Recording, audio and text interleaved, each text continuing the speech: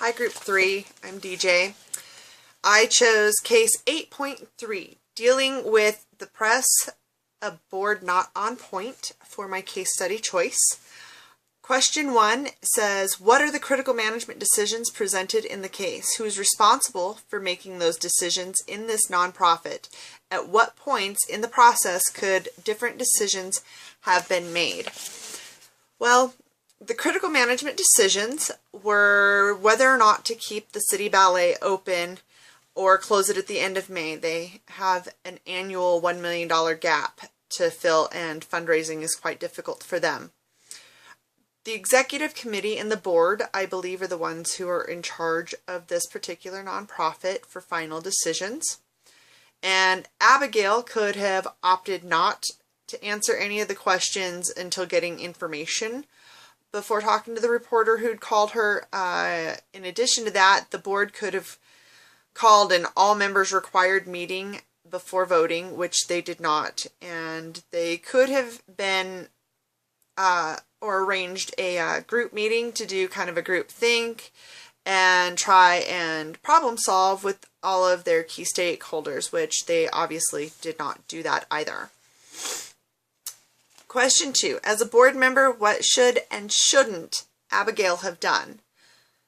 So Abigail had been out of the country for 3 weeks and had just stepped off of a plane, and she should not have answered any of the questions that this reporter was asking her.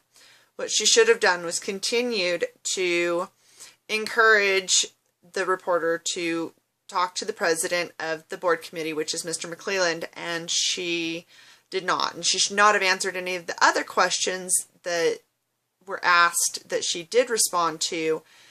They were not her place to discuss in any way, shape, or form, but she did, and that wound up in the newspapers with several quotes. Question 3. Considering the ongoing problems with absenteeism at board meetings, do you think the board of this nonprofit is constructed properly? Aside from establishing a policy, what are some ways to combat absenteeism on the board? So there's 47 board members, and they only had 25 that showed up that night for the meeting that had a vote on whether or not to open or close. And therefore, I don't feel that it is constructed properly. I think that to be on the board meetings, there should be a mandatory requirement to show, and that they have a set number of meetings that they're allowed to miss before losing their position on the board and being replaced. In addition to that, they could always have little fun things that encourages people to come so that it's not all boring.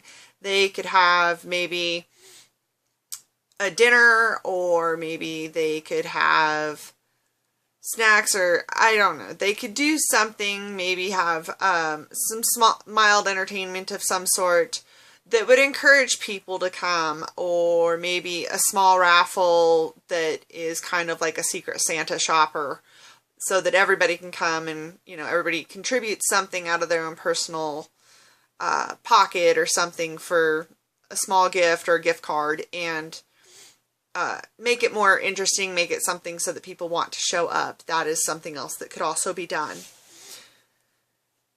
Question 4 is, what do you think about the way information was shared with the key stakeholders in the case?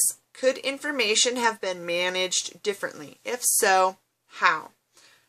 The information should have been discussed first in a meeting with all of the key stakeholders before ever having a meeting where they were voting.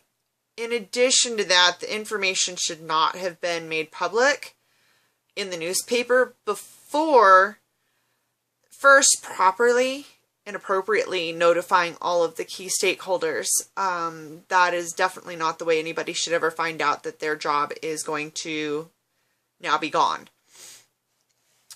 So those were big things that they should have done and should not have done. Question 5. Assume you were a public relations specialist. Outline a communications plan for City Ballet to manage the public announcements of its closure. Who should speak to the press on behalf of a nonprofit organization? I think that in this case, the person who should be addressing the press should be the president of the board, which is Mr. McClelland. I also think that when he does address them, he should clearly state the reasonings for why, in this particular case, the fact that they have $1 million gap to fill every year, and it is more increasingly difficult in their community to perform the fundraising that allows them to try and fill that, even though they've been in business for a little over 30 years.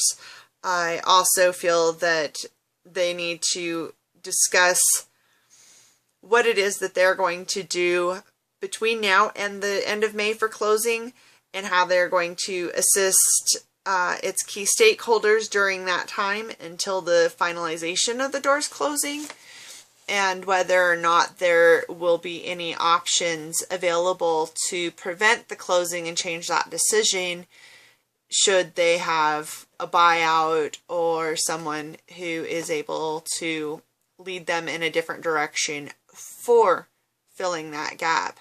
But they need to definitely address why it is they're closing and how they're going to assist their key shareholder or stakeholders, as they're going to be affected tremendously. This community relies on it for finances with local businesses such as the hotels and restaurants for their tourism, and obviously the actors and actresses and the directors and everybody are going to be involved in this, and that should be addressed as well. That is basically the answers to those questions that I have on there, and we'll see you guys later.